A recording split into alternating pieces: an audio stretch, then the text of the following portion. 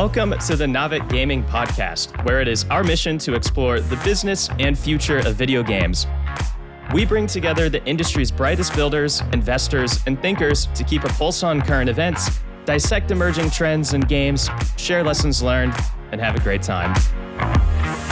This podcast is also part of Navic's growing ecosystem, which ranges from free and premium research to consulting and advisory services. For more information, visit www.navic.co.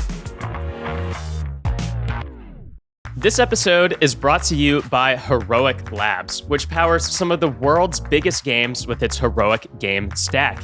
Its composable products are Nakama, the open source backend game server, Hero, the game development framework for all your live service game features, including the complexity of managing offline mode, Satori, the world-class live ops product for maximizing monetization and retention, and lastly, the Heroic Cloud to provide massive scalability.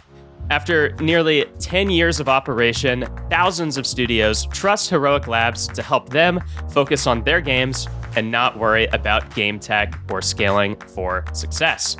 To learn more and reach out, make sure to visit heroiclabs.com or check out the link in the show notes.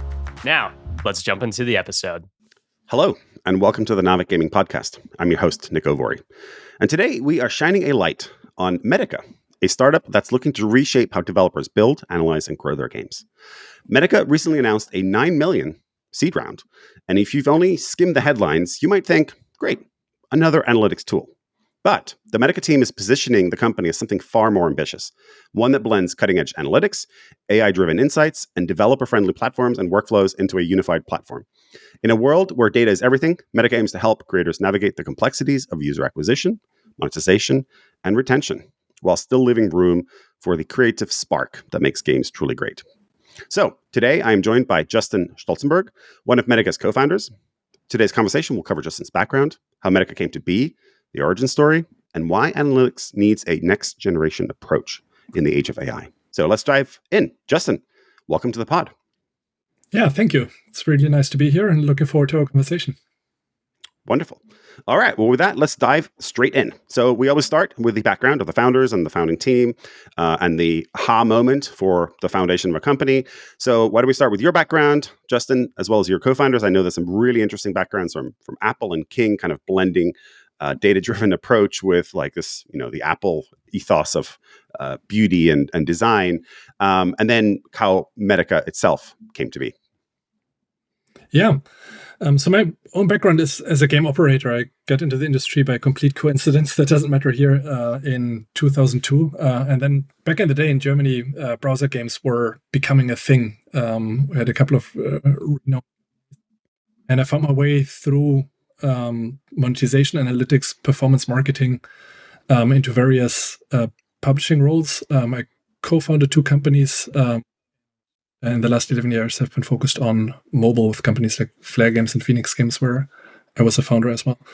Now, Metica, I would say, at its core, has been around for probably 15 years plus, because it's almost the same team that created two prior startups. As you already mentioned, then transitioned through acquisition first into King, and later the second startup into Apple.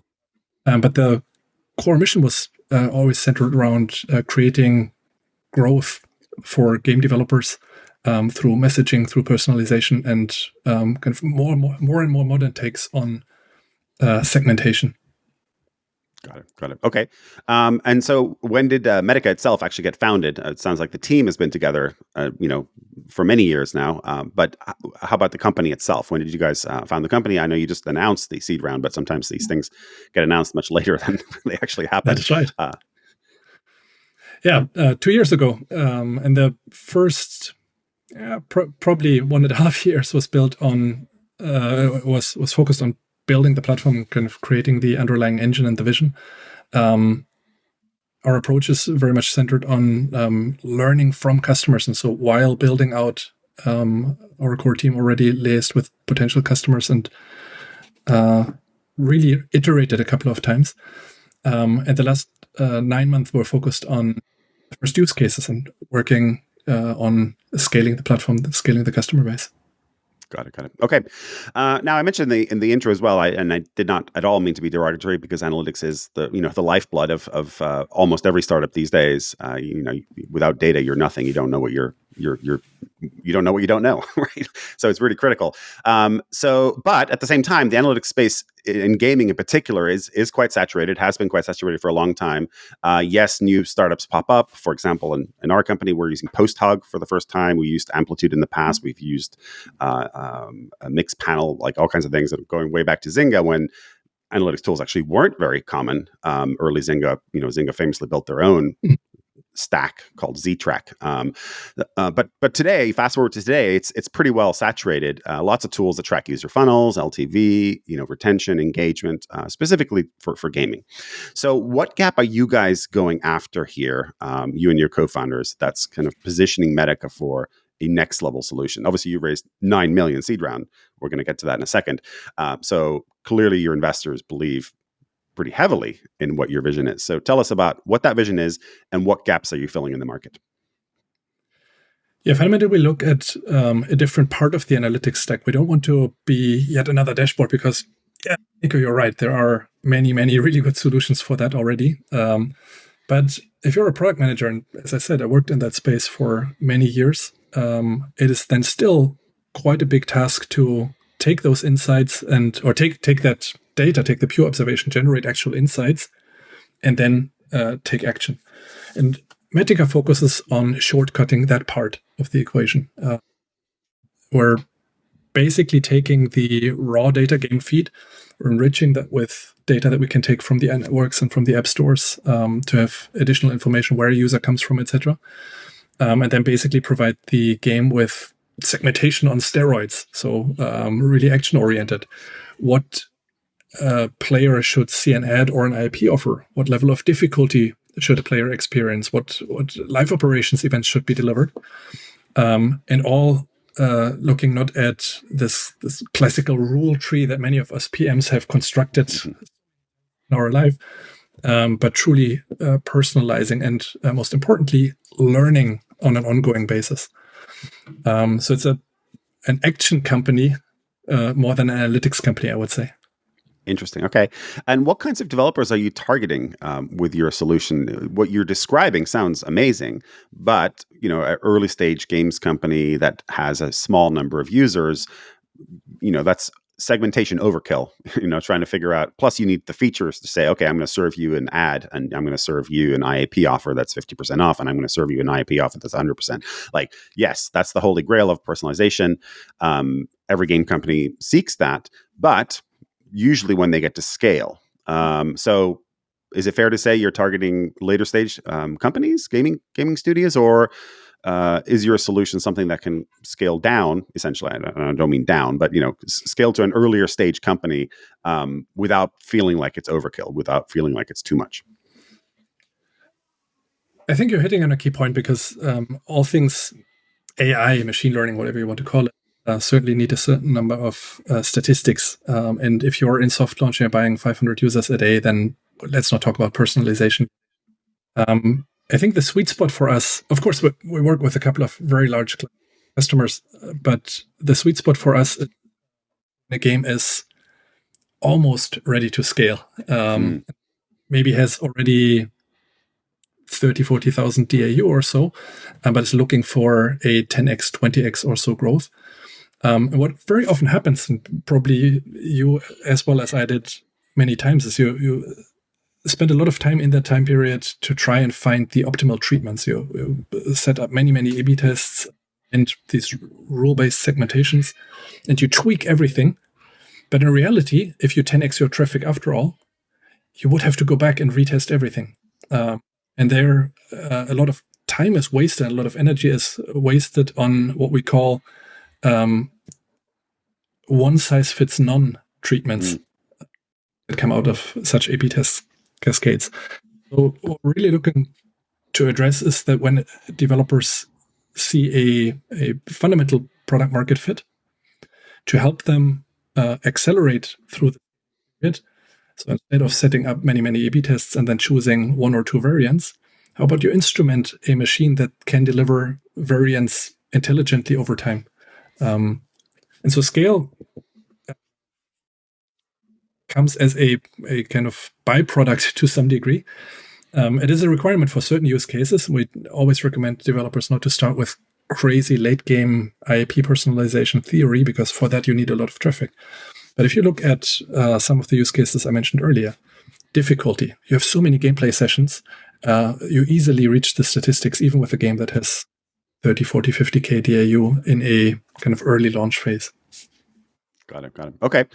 All right. Well, let's talk about the AI and machine learning part here. Now, obviously, we all know AI is everywhere, and all you got to do is put AI in your pitch deck, and suddenly you've got yourself, a nice seed round led by Andreessen or some other top firm, and maybe 80% of that is hype. 20% is absolutely cutting edge stuff, and it's going to change our lives in many ways. So let's talk about what you guys are doing specifically with AI.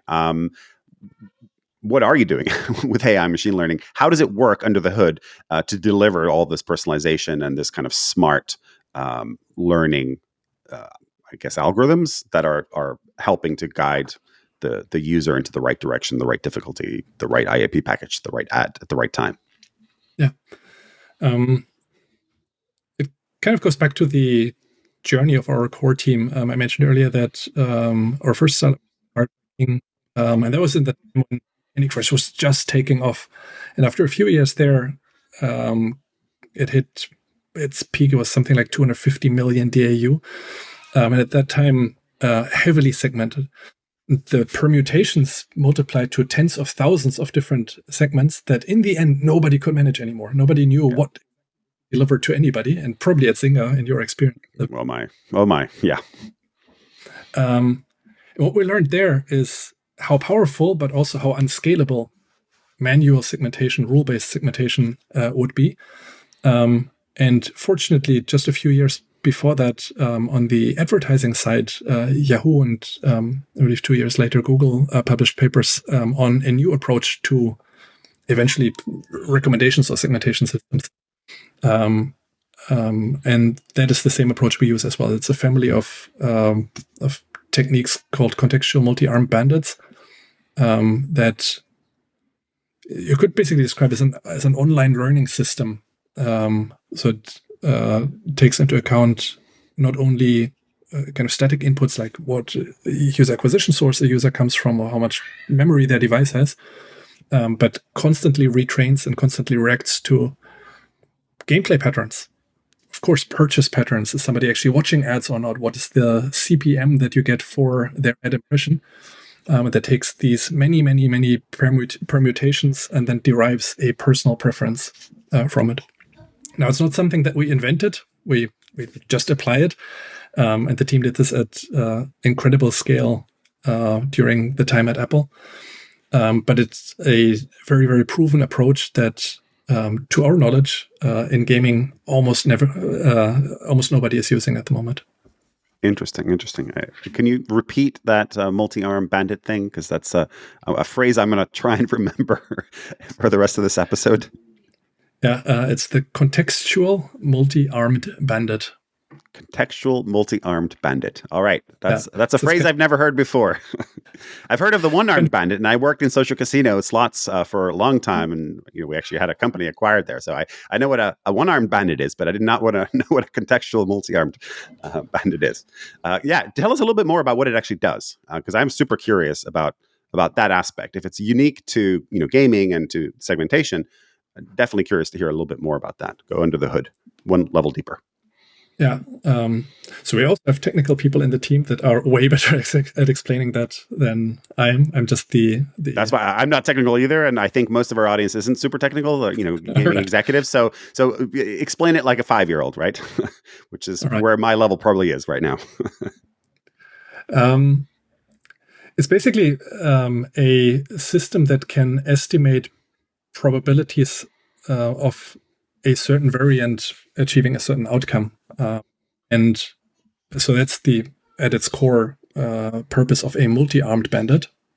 So like in your slot machine, that's, I believe, actually where the picture comes from. It has multiple arms. Right. Yeah, it has multiple arms. Yeah. Turns over time. And the piece that makes it really interesting for these use cases here is the contextual aspect, because it learns not one set of probabilities across its variants, but it learns this for every player context. Player context here, as I said, containing or is incorporating things that a player comes with. If I install on my fancy new iPhone 16, then a lot of people and a lot of segmentation trees will place me into the high value bucket. But our contextual multi-arm bandit can then very quickly learn that I'm super stingy, or I'm just not interested in paying because I visit the shop 25 times and the only thing I ever do is claim the free packages. And a human would really struggle to reflect that quickly enough in a rule-based segmentation tree. But that's where machine learning excels if you have significant statistics. So fundamentally how it works is that each variant is assigned a probability in a certain context. And this machine retrains, in our case, once per day with all the latest data and can be queried in less than 200 milliseconds to return any form of decision that you want. It can be the difficulty, can be the price of an offer, be show an ad, show an offer, can be related to engagement and live ops as well. I mean, this sounds very exciting to me. I'm going to have to hit you up afterwards to see if Medica is a good fit for what I'm doing at this moment in time. But I mean, that's literally the holy grail. What game developers are trying to get to. It's been like ever since my early Zynga days. Like we talked about personalization, we talked about segmentation, we did a lot of A/B testing, obviously, but it was very manual, like you described, and I think it still is to this day fairly manual. Like, yes, there's more tools, there's more analytics packages that can help you parse the data, but you still need a human being to have a thesis around, like, okay, I wonder what happens if X, Y, and Z person is put into this bucket or versus that bucket. So this is very fascinating to me at a kind of a not just an intellectual level or as a podcast host level, but as an actual developer myself. Okay. And if I may, you may, because you're, I think, hitting on the key point.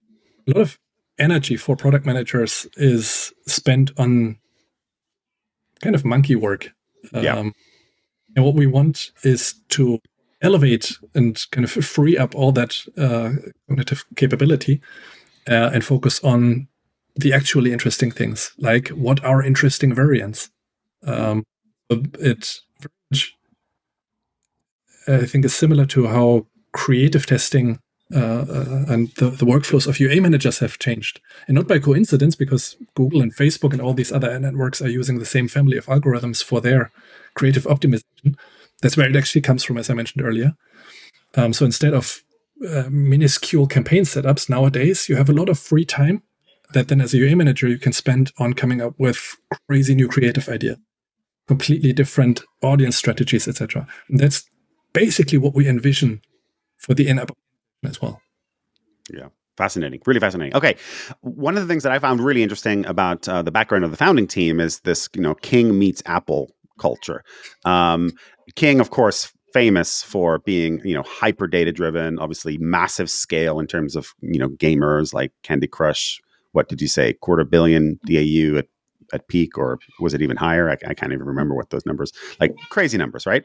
And very iterative and, level after level after level, like, hyper optimized. And then Apple, yes, they obviously have that as well these days, but they're more famous for the high polish, like we'll take our time, like, we know what the customer wants before the customer wants it. Like we will decide what the iPhone looks like, and, not the market research or anything like that. So I'm curious to hear how do those two cultures mesh at Medica? Which obviously you're an analytics platform, so yes, I get the King part. Where does the Apple high polish, high vision, high conviction, culture come in? Well, I'd like to think that our platform is beautifully designed and the same quality standards as well.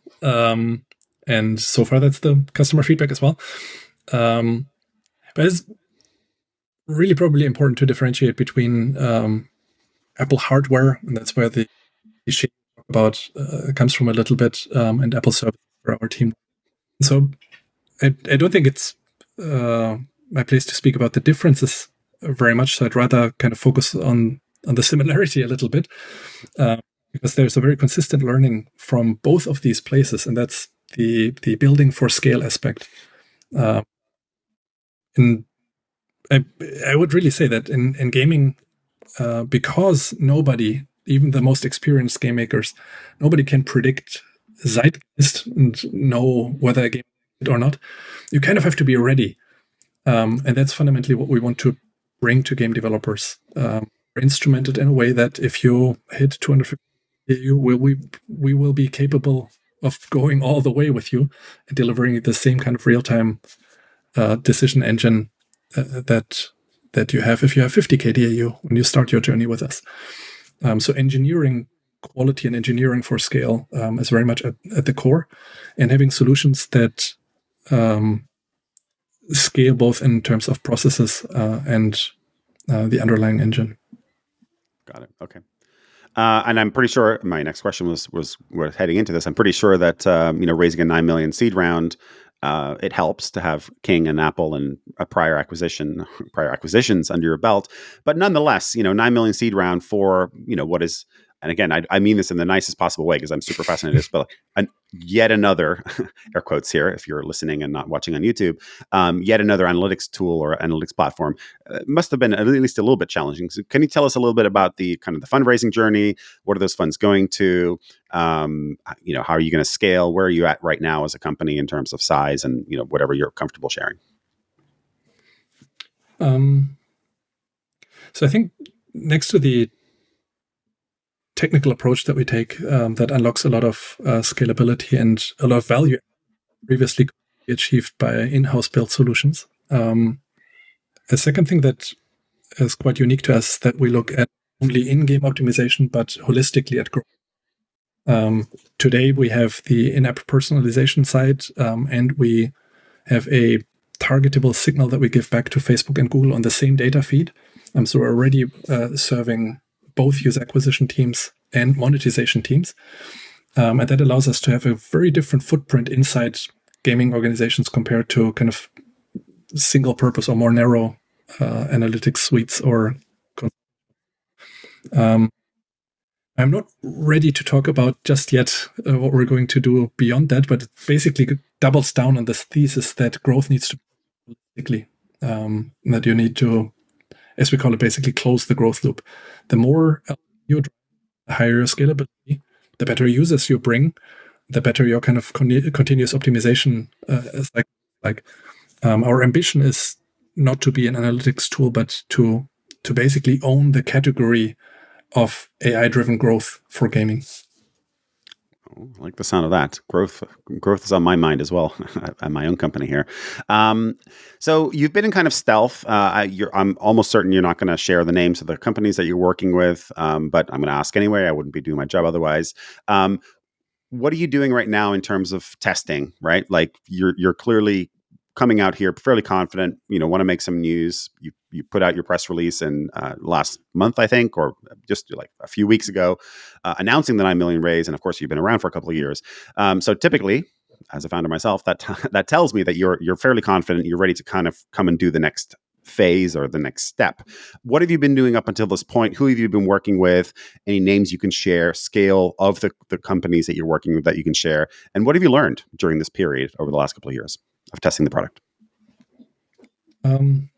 Yeah, we're still very careful in terms of not giving away too much because we feel it's an extremely exciting opportunity, and we have a particular angle that we don't feel ready to give away just yet.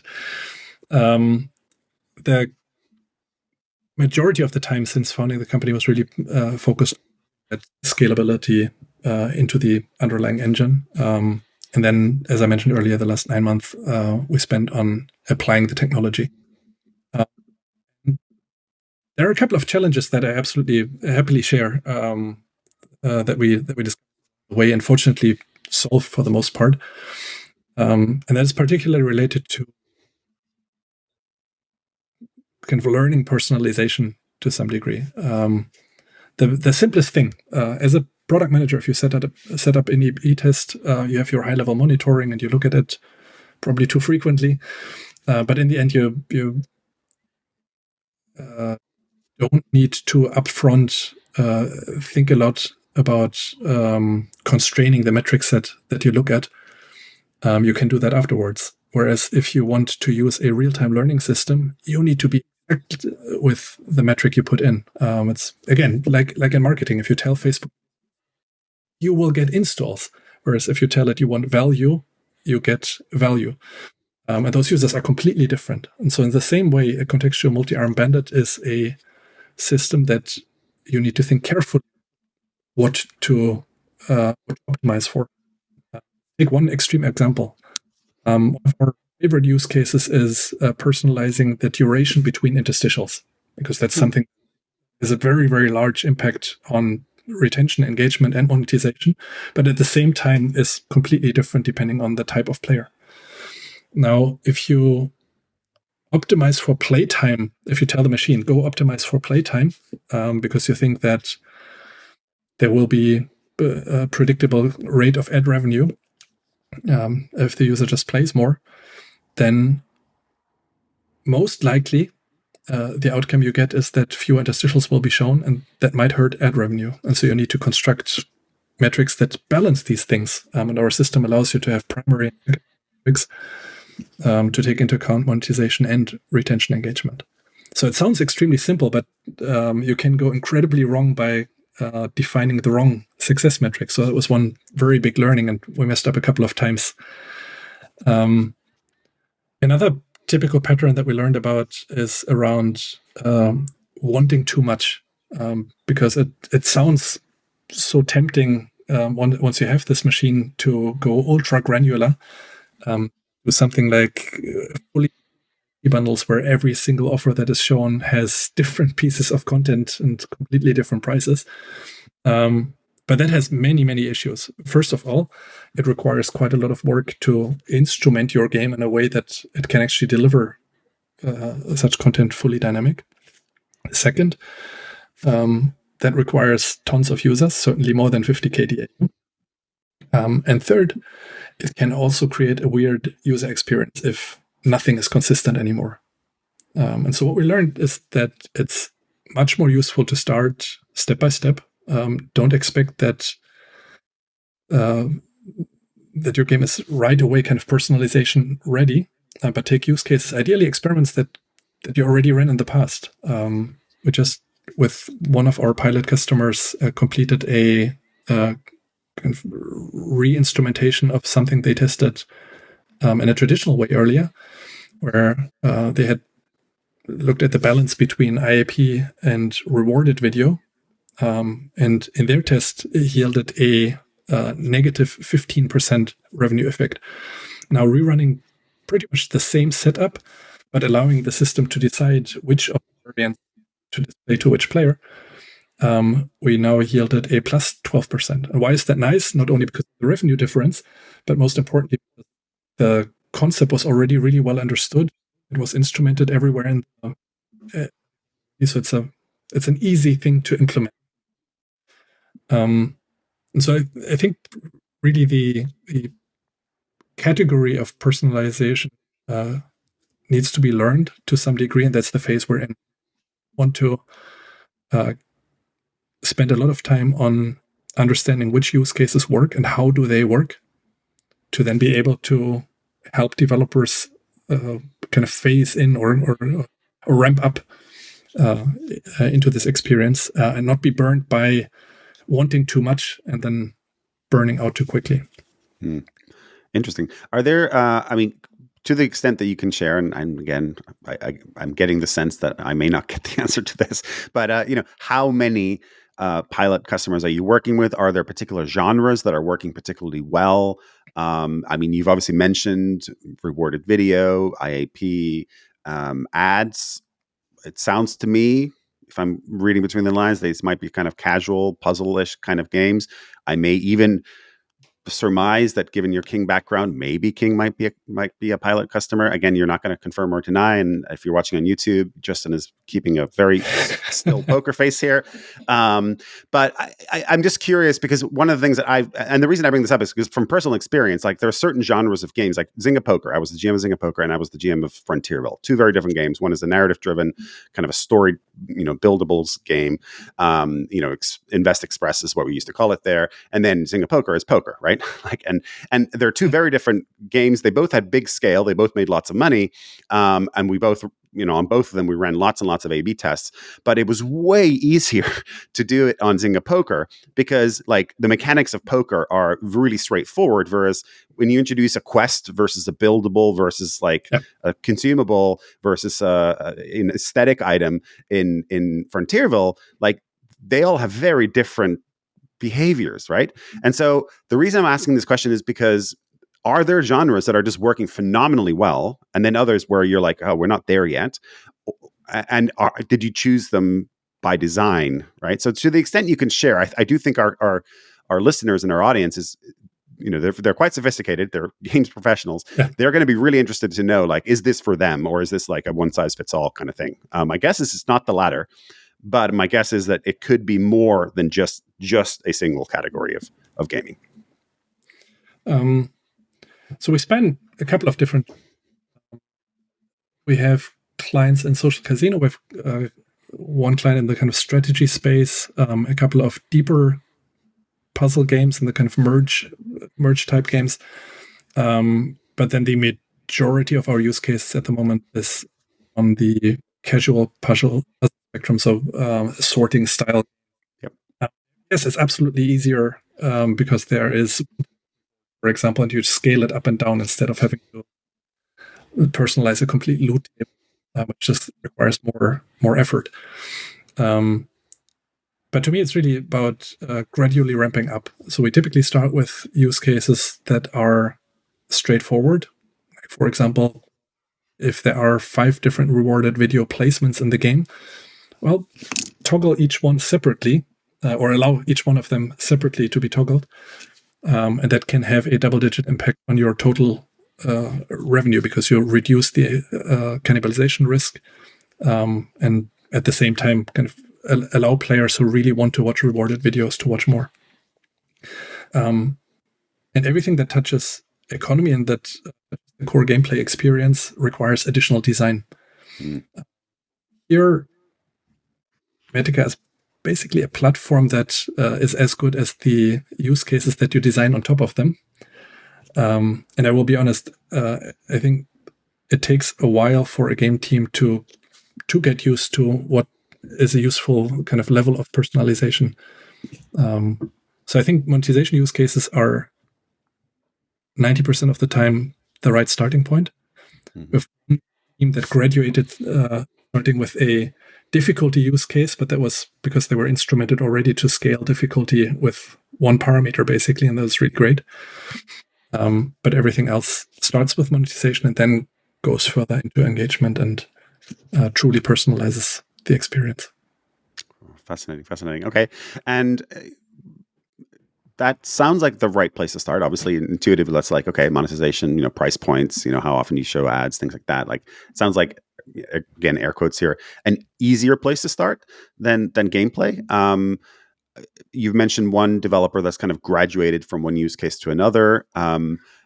Where do you see it going? Like, can you see Metica being a part of your actual, game design process? Beyond just like the monetization, the pricing, the interstitials, and how frequently things happen. Is it more of it sounds like it's more of a revenue PM tool at the moment than a game designer tool, but can you see it going in that direction, or am I misreading the roadmap here?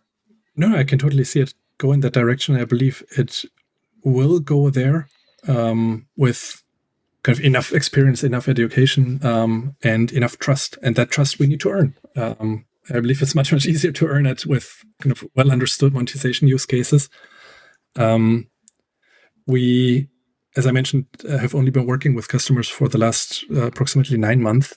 And so that graduation needs time, but we go into that direction now with our first customers, where the the basic value proposition for a game designer is how much easier it is to get experimentation right, because you don't need to set up an A/B test that wastes a lot of your traffic.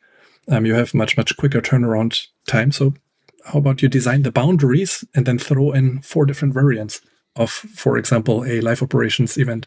So yeah, absolutely. I think there's opportunity for modern analytics-minded designers to embrace this and multiply their ability to get it right for many different audiences inside their game. Yeah, fascinating. Okay. And similar question then. It sounds like you're exclusively on mobile right now. Is that correct? Mobile games? Almost. We also have a client who uses us on Roblox because the integration can also be done through the backend. It's a REST API-based data integration and use case integration. But the majority of use cases resonates with mobile developers, and that's also where it happens. So that's where that makes sense. So follow-on question to that then is are you planning or are you thinking about the roadmap looking at like PC, console, VR, AR, Web3? Like, there's gaming happens in a lot of places and a lot of form factors, a lot of devices. Obviously mobile is huge, and you've probably got a lot of potential customers there before you start to need to think about these other platforms. But curious to hear whether that's part of the original vision. Do you see yourselves going cross-platform?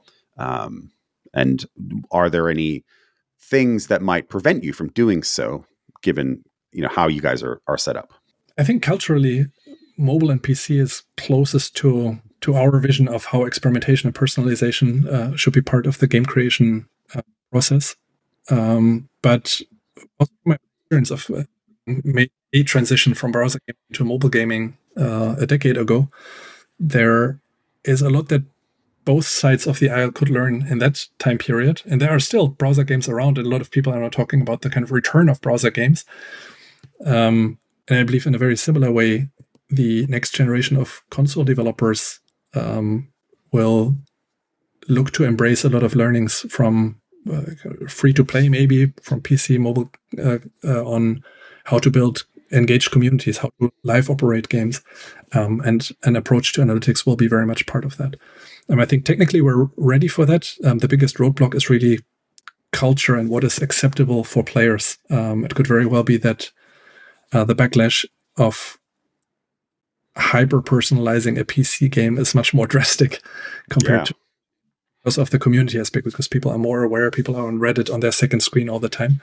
And that is beautiful, but that's not necessarily a blocker in terms of experimentation. Yeah, that makes sense. I mean, if you're a creator, an influencer, you're streaming, on Twitch or whatever, and you're having a very different experience to somebody else who's streaming at the same time. Like, people like, hey, what's going on here? Like, that thing cost me twice as much as it cost you. Like, I mean, even at Zynga days, like even pre-streaming, like there was nothing like that. But people would complain in the forums, like, hey, I saw that, like, you got that item for that much? Like, I paid this much, right? So yeah, that's the risk and the challenge, of course, of personalization is you're seen as a greedy developer, right? And nobody wants to be seen as a greedy developer. Everybody wants to be seen as a great game creator. One of the things that I've seen throughout my career, and before we started talking, I told you, like, I've been in the space for a long time, and I'm a data-driven PM from back in the day at Zynga, and been an early adopter of new analytics tools and platforms along the way. Z-Track at Zynga before many of these tools existed, Mixpanel at the next one. Then we were early consumers of Amplitude, which of course grew really big. And now we're on PostHog, which again is a relatively new analytics tool. And all of them have like different angles that they go for. But what they all have in common is once they take off in the developer community, they really take off, right? It's hard to imagine a world where a game dev, circa 2013, 14 would have adopted anything other than Amplitude, like unless they were a Mixpanel legacy customer, right? So where I'm going with this is like you need that developer community, right? You need that word of mouth. You need those developers to be telling each other like, hey, have you heard of Metica? Like, oh my God, like they're a game changer. And then when you're a new developer and you're picking your stack, right? And you're picking your analytics partner, your tools there, like you're going to go with whatever everybody else is telling you to go with, right? So what are you doing in that space? How are you building that developer community? How are you building that word of mouth? How are you building that trust that Medica is the next gen analytics platform when there are so many to choose from, right? So curious to hear your thoughts on how you're tackling that side. It's one thing to build a great, beautiful, wonderful product that does really cool things, but it's another to then build that developer trust and community around it. Yeah, definitely. And I think that's the underlying motivation why we spend so much time in, as you called it, kind of stealth mode, where we work with real life customers, but don't speak very much about outcomes yet, because we want to really make sure that we produce great material for people to follow in those footsteps. I think fundamentally, for the majority of the market, tools like what Metica enables are out of reach. And of course, King and Zynga have built these kind of infrastructure platforms, and the biggest players in the world have some of that. But if you look at where a lot of the growth comes from on the game creation side, but very few companies are thinking about publishing infrastructure and these kind of things. And so what we want to get right is to not only go out there and say, hey, look, here's a platform that can do all of these things, but also this, how you apply it for certain types of games for a specific context. And that requires kind of building out this repository of use cases, not only one or two use cases that work, that we then publish in great detail. And our vision is then to basically do a world tour and people and level the playing field to some degree globally. What are your next steps? Again, going back to the fact that you've just done you're on this podcast. You just did your press release around your seed round. Obviously, you've been on the market for longer than that. Where do you go next from here? What's the next 12, 24 months look like in terms of the roadmap? Yeah, we're currently building out our core team. So scaling talent is definitely the biggest thread in 2025. Then there's a big initiative that we look to add on the user acquisition side mid of the year, which I'm not ready to announce today, but we should announce that in early May, probably. And I would say that the second half is when we can switch into fully public mode and really talk about here are the things that have worked and how have they worked, what kind of developers can benefit in what way, and look for aggressive market footprint. All right. Well, I'm excited to see that. So I know we need to be respectful of your time. You've got kids to get into bed. And so I want to make sure that you do that. I got kids of my own, and when they stay up late, then the rest of the week sucks. So I know where you're at. But we do have one final question we ask all of our guests, which is what 3 games are you playing right now, or are you most excited by?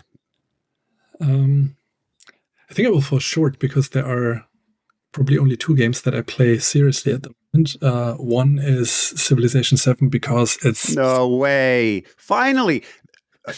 I cannot believe that I'm a massive Civilization fan, and that's literally the only thing that I'm like truly obsessed by right now is Civ 7. And by the way, I'm a little disappointed in some aspects of it, but sorry, I hate, you're the first guest in 3 years of doing this who like literally led with Civilization. Like, hello, you're my favorite guest. All right, chapeau. So I think Civilization is my go-to game whenever I'm traveling at my laptop, and we'll play it until the power gives out. And then I play Colorwood Sword, which is one of these super casual, super relaxing puzzle games that, in this whole category, but this one in particular by a company called Bernie Games, has reached a quality level, and its balancing and its look and feel. It's really a different level of quality compared to what a lot of people called inferior products. And I think very much the market has shifted in such a way that this kind of developer making smaller games that are incredibly polished and incredibly well balanced, that's where a lot of growth happens at the moment. Yeah. Couldn't agree with you more. Yeah, I'm a very similar gaming pattern, actually. It's like I go super deep on Civ 7. Football Manager is another one of mine. I grew up playing that since 1992. They didn't release one this year, which was super sad. First time ever. And then on the flip side, so like super hardcore strategy, like spreadsheet kind of games, And then on the flip side, like pick up like random mobile games, like super casual, just like so I can mindlessly flip through them. And then of course all the New York Times games. So anyway, those are my kind of go-tos. All right, well listen, Justin, it has been an absolute pleasure having you on the pod. It's been a really interesting, genuinely interesting. I'm very interested in following up afterwards to see. We're too early with our company for the scale that you're talking about, but definitely very interested to stay in touch and see if Medica is a solution that we could lean into as well. So thank you for coming on the pod. Great, thank you for having me. Awesome. And then as a final note here, I have some personal news to share. This is my final episode as your host for Naavik. It has been an incredible journey these past 3 years that I've been hosting this segment of the pod. I've loved sharing all these insights from across the ever-evolving landscape of gaming. I've loved meeting so many ambitious founders, innovators, who are working in the nooks and crannies of the industry, trying to create new things, trying to make the space better for everyone. And it's been a privilege to meet so many of you and share your stories on this podcast. The reason I'm retiring my podcast mic and headphones is not because I don't love talking to all these amazing people, but because I'm a founder myself. And I'm at a point now where the day-to-day demands of my job have gotten to a point that I need to dedicate all of my time to them. So I want to just say a quick heartfelt thanks to Aaron and Manu, who are the founders of Naavik, for giving me the opportunity and trusting me with the mic, having no experience whatsoever 3 years ago.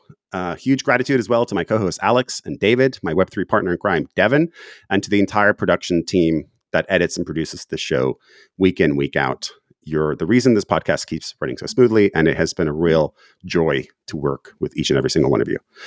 And to all of you listening, thank you for joining me on this ride. Thank you for joining Naavik on this ride. Your feedback, questions, encouragement have fueled countless conversations on this podcast and have been the inspiration for many, many episodes. I'm excited to see where the Naavik Gaming Podcast heads next. So, in true Naavik fashion, stay curious, keep on gaming, and keep asking the tough questions. It's been a genuine honor. Signing off one last time, I'm Niko Vuori. See you out there in the gaming universe. Don't be a stranger. If you enjoyed today's episode, whether on YouTube or your favorite podcast app, make sure to like, subscribe, comment, or give a 5-star review. And if you want to reach out or provide feedback, shoot us a note at podcast@naavik.co or find us on Twitter and LinkedIn. Plus, if you want to learn more about what Naavik has to offer, make sure to check out our website, www.naavik.co. There, you can sign up for the #1 games industry newsletter, Naavik Digest, or contact us to learn about our wide-ranging consulting and advisory services. Again, that is www.naavik.co. Thanks for listening, and we'll catch you in the next episode.